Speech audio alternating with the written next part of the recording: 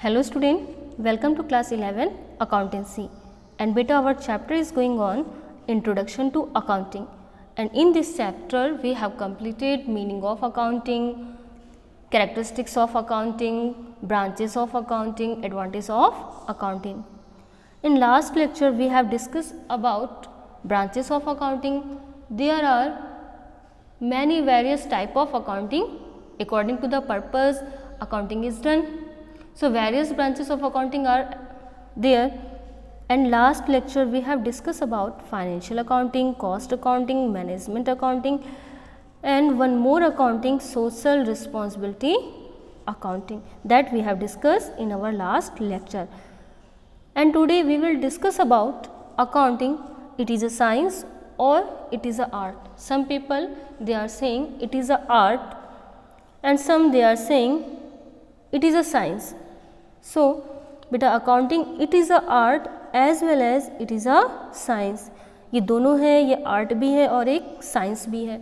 All we know कि science में क्या होता है, some basic principles हमें applicable करने होते हैं जो universal principle होंगे. Accounts में भी क्या होता है, some basic principles हैं जो हर जगह follow होंगे. For example, principle of debit and credit, other principle related with the assets and liabilities and capital. Arts क्यों है? अकाउंट्स में थोड़ी सी फ्रीडम है. मैनेजर है, बिजनेसमैन है, अपने बिजनेस के नेचर के अकॉर्डिंग, अपने बिजनेस के साइज के अकॉर्डिंग अपने अकाउंट्स के रिकॉर्ड मेंटेन कर सकता है. थोड़ी सी फ्रीडम है. आर्ट्स में क्या होता है, क्रिएटिविटी होती है, कुछ अपने अकॉर्डिंग करना. तो अकाउंट क्या है, साइंस भी है एज वेल एज आर्ट भी है. देखो यहाँ पर कैसे हम समझेंगे अकाउंटेंसी या accounting. It is a science as well as it is a art. Accounting why it is a science? Accounting is a science as it is an organised body of knowledge which is based on certain principle. आपको भी बताया था कि कुछ certain principles होते हैं science को proof करने के लिए, तो अकाउंट्स में भी हमारे सर्टेन प्रिंसिपल्स हैं. Accounting is also an art as it involves recording, classifying, summarizing and interpreting of financial transactions of a business which help in achieving the desired objective. So it can be concluded that accounting it is a science as well as an art. So आप कह सकते हो certain principle use होते हैं, because of that ये हमारी science है, इसमें थोड़ी सी फ्रीडम है. क्लासिफिकेशन किस तरीके से करना है, समराइज कैसे करना है, साइज़ के अकॉर्डिंग, बिजनेस के साइज़ के अकॉर्डिंग बिजनेसमैन अपने रिकॉर्ड मेंटेन कर सकता है उसके नेचर के अकॉर्डिंग. तो ये हमारी आर्ट भी है. Now we will come on the next topic, accounting as a sources of information. बेटा हमने अकाउंट का सारा काम कर लिया, अकाउंट्स के रिकॉर्ड मेंटेन कर लिए तो कंप्लीट हो गया? नहीं बेटा. Accounting does not mean only record keeping function of financial transactions, but its main function is to provide relevant information for the purpose of taking various important decision. सिर्फ हमारी accounts ये नहीं कि हमने रिकॉर्ड मेंटेन कर लिया और हमारा काम हो गया. ठीक है, हमें क्या करना है, रिकॉर्ड मेंटेन करने के बाद जो भी स्पेसिफिक इंफॉर्मेशन होगी वो इसके शेक होल्डर्स तक कन्वे करना है. आइडेंटिफिकेशन से आपने पढ़ा था, जिसका प्रोसेस है आइडेंटिफिकेशन ऑफ फाइनेंशियल ट्रांजेक्शन से स्टार्ट होता है. Recording, classifying, summarising and interpreting के बाद कम्युनिकेट करना है हमें वेरियस शेक होल्डर्स को, तब कहीं जाकर हमारी अकाउंटिंग कंप्लीट होती है. सिर्फ रिकॉर्ड मेंटेन करना ही अकाउंटिंग नहीं है. Accounting is a defined process of interlinked activities that began with the identification of transaction and end with the preparation of financial statement. Clear? Accounting work as a management information system. ये किस तरह से काम करता है? ये management के information system की तरीके से काम करता है. सारी इंफॉर्मेशन है, जितनी भी इंपॉर्टेंट अकाउंटिंग इंफॉर्मेशन है, ये मैनेजर को कन्वे करता है और उसके अकॉर्डिंग मैनेजर क्या करता है, ऑर्गेनाइजेशंस के लिए बेटर से बेटर डिसीजन लेता है. तो ये it also work as a management information system. It helps the management to manage the organisation in a proper way.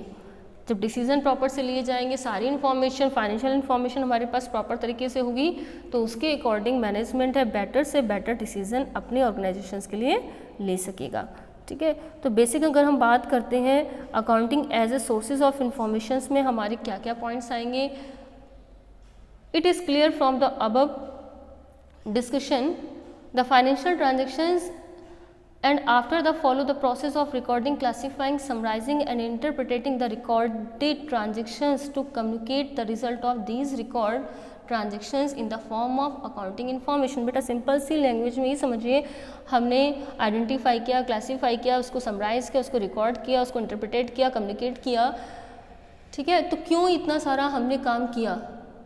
The result of accounting process which is termed as accounting information will include the following types of information। ठीक है, हमने इतने सारे जो काम किए हैं, record किया, आइडेंटिफाई किया, क्लासीफाई किया, रिकॉर्ड किया, समराइज किया, कम्युनिकेट किया, तो इसका किस लिए हम क्यों करते हैं, ये फॉलोइंग टाइप ऑफ इंफॉर्मेशन ये इंक्लूड करके रखता है। तो फर्स्ट इन्फॉर्मेशन जो हमारी है बेसिक है, इंफॉर्मेशन रिलेटेड टू प्रॉफिट और surplus, information related to financial position, information related to cash flow.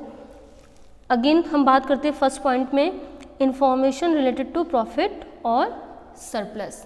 ठीक है, प्रॉफिट और सरप्लस से जो भी रिलेटेड इन्फॉर्मेशन है, because business man they are doing business for the purpose of earning profit. तो भैया बिजनेस में प्रॉफिट हो रहा है या लॉस हो रहा है, इसकी इन्फॉर्मेशन कौन देगा, account as a sources of information के रूप में बिजनेसमैन को देगा। ठीक है, information related to financial position, हमने बिजनेस स्टार्ट किया, बिजनेस में हमने एक इन्वेस्टमेंट किया 20 लाख 50 लाख, आज हमारे बिजनेस की फाइनेंशियल पोजीशंस क्या है, वो 50 लाख प्लस हुआ है या 50 लाख 40 लाख में कन्वर्ट हो गए, माइनस में चला गया। तो हम बिज़नेस प्रॉफिट के लिए कर रहे हैं, बिज़नेस की ग्रोथ के लिए कर रहे हैं, अपनी एसेट्स को बढ़ाने के लिए कर रहे हैं, तो हमारे बिज़नेस की एक्चुअल पोजीशन इंक्रीज़ है या नहीं है, क्या है, ये इन्फॉर्मेशंस भी हमें कौन देगा, ये सोर्सेज ऑफ इंफॉर्मेशंस के रूप में हमें अकाउंटिंग देता है। Information related to cash flow, business हम कर रहे हैं, हमारा प्रॉफिट भी हो रहा है, लेकिन प्रॉफिट हमारा कैश की फॉर्म में नहीं है, डेटर्स भी हैं हमारे पास, एसेट्स भी हैं, बट हमारे पास कैश की फॉर्म में नहीं है। तो हमारे पास बिजनेस में कैश का फ्लो कितना है, इनफ्लो कितना है, आउटफ्लो कितना है, उसके लिए हम क्या करते हैं, बिजनेस इंफॉर्मेशन में कैश फ्लो स्टेटमेंट बनाते हैं, जो हमें कैश की प्रॉपर इंफॉर्मेशन देता है। बेटा ये आपकी क्लास 12th का बहुत ज़्यादा इंपॉर्टेंट चैप्टर है, cash flow statement. Providing information for making economic decision, जब ये सारी इन्फॉर्मेशन हो जाएंगी तो बिजनेसमैन क्या हो जाएगा, इसकी हेल्प से जब प्रॉपर इन्फॉर्मेशन आ जाएंगी and then businessman will take proper decision. आप देख रहे होगे जो बार बार हम पॉइंट्स डिस्कस कर रहे हैं, आइदर कैरेक्टरिस्टिक्स और फीचर्स और एडवांटेज और प्रोसेस ऑफ अकाउंटिंग, बेटा ये सारे के सारे हमारे अकाउंट्स की डेफिनेशन से ही बनते हैं। अगेन मैं रिपीट कर रही हूँ, अकाउंटिंग की डेफिनेशन क्या है, accounting it is a art of recording, classifying, summarizing, analyzing and interpreting of financial information in terms of money। और जब हम सारे इन्फॉर्मेशंस को इंटरप्रेटेट वगैरह कर लेते हैं तब हम उसको कम्युनिकेट करते हैं वेरियस शेक होल्डर्स के लिए।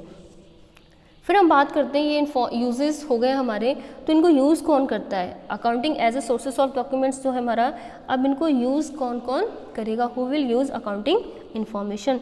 तो बेटा अगर हम बात कर सकते हैं, इसके इंटरनल यूज़र्स होते हैं और कौन कौन से होते हैं, एक्सटर्नल यूज़र्स। इंटरनल यूज़र्स वो होते हैं जो ऑर्गेनाइजेशन के अंदर ही अकाउंटिंग इन्फॉर्मेशन को यूज़ करेंगे। For example managers, clear, managers, staff, sales staff, officers, employees, internal auditors, owners. ठीक है, ये हमारे यूज़र्स होंगे किसके, अकाउंटिंग इन्फॉर्मेशंस के।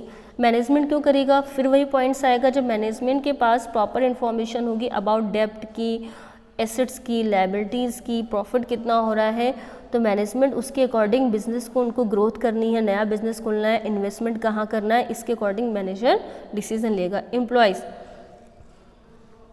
they are interested in the financial statement to access the ability of business to pay higher wages और bonus। Employ को क्या इंटरेस्ट होगा, अगर फाइनेंशियल पोजीशन बहुत अच्छी आ रही है, कैसे पता चलेगा, बैलेंस शीट से पता चलेगा, अकाउंटिंग बताएगा कि बिज़नेस की फाइनेंशियल पोजीशंस क्या है। अगर बिज़नेस ग्रोथ कर रहा है, फाइनेंशियल पोजीशन अच्छी है, इसका मतलब है एम्प्लॉय को हायर सैलरी मिलेगी, बोनस अच्छा मिलेगा और एम्प्लॉयज़ की भी ग्रोथ होगी। ठीक है, तो ये हमारे इंटरनल यूज़र्स हैं। फिर हम बात करते हैं एक्सटर्नल यूज़र्स की कौन कौन से हैं हमारे external users of accounting informations की, जैसे कि हमारी बैंक हो गया, लेंडर्स हो गए, कस्टमर्स हो गए, टैक्स अथॉरिटीज़ हो गए, these are the external users of investors, government, tax authorities, external auditors, consumer groups, these are the external outsiders users of accounting information. Lenders क्यों हैं, जो बैंक वगैरह है वो क्यों इंटरेस्टेड होंगी बेटा, अगर लोन देना है बैंक को तो पहले वो क्या करेंगी, बिजनेस की फाइनेंशियल पोजीशंस को देखेंगी कि बिजनेस कैपेबल है या फिर नहीं है पेमेंट करने के लिए। अगर बिजनेस कैपेबल नहीं है देन वो बिजनेस को लोन नहीं देंगी। कंज्यूमर्स हैं, हमें इस पर्टिकुलर ब्रांड का नेम कैसा है, इसकी फाइनेंशियल ग्रोथ किस तरीके से अच्छी है। इन्वेस्टर्स हैं, इन्वेस्टमेंट करने की ज़रूरत है, हमारा प्रॉफिट निकल पाएगा या नहीं निकल पाएगा जो हमने इन्वेस्टमेंट किया है। गवर्नमेंट प्रॉपर रन हो रहा है या नहीं हो रहा है ऑर्गेनाइजेशंस में, उस वजह से क्या लीगली फाइनेंशियल इंफॉर्मेशन है प्रॉपर प्रोवाइड की जा रही हैं। तो ये सारे के सारे लोग हैं इसके यूज़र्स हैं अकाउंटिंग इन्फॉर्मेशंस के। इसके अलावा रिसर्चर्स, जो भी रिसर्चर्स होते हैं, रिसर्च करते हैं, उनके लिए भी यूज़ में आता है। टैक्स अथॉरिटीज़ हैं, they are also external users of accounting information. Clear बेटा। फिर अगर हम बात करते हैं qualitative characteristics of accounting information, account की अगर हम बात करते हैं, अभी हमने कैरेक्टरिस्टिक्स तो हमने पहले डिस्कस किया था, लेकिन कुछ क्वालिटिव कैरेक्टरिस्टिक्स होनी चाहिए अकाउंटिंग के। अब ये क्वालिटिव कैरेक्टरिस्टिक्स होता क्या है, क्वालिटिव कैरेक्टरिस्टिक्स आर, अब ये बेटा ये डिस्कस करेंगे ये होता क्या है देन। तो देखो ये क्या होता है, क्वालिटिव कैरेक्टरिस्टिक्स आर क्वालिटी और attributes that make financial accounting information useful to the users, यानी कि हमें इस तरीके से अपनी फाइनेंशियल पोजीशंस को एक्सप्लेन करना है, रिप्रेजेंट करना है कि डिफरेंट यूज़र्स के लिए वो यूज़फुल हो जाए।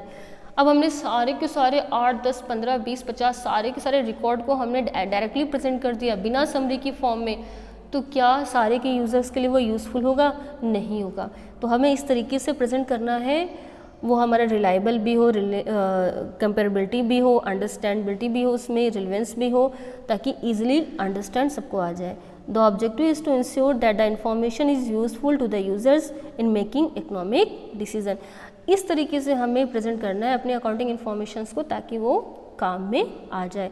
तो सम फीचर्स हैं comparability, reliability, relevance, understandability, these are the qualitative characteristics of accounting.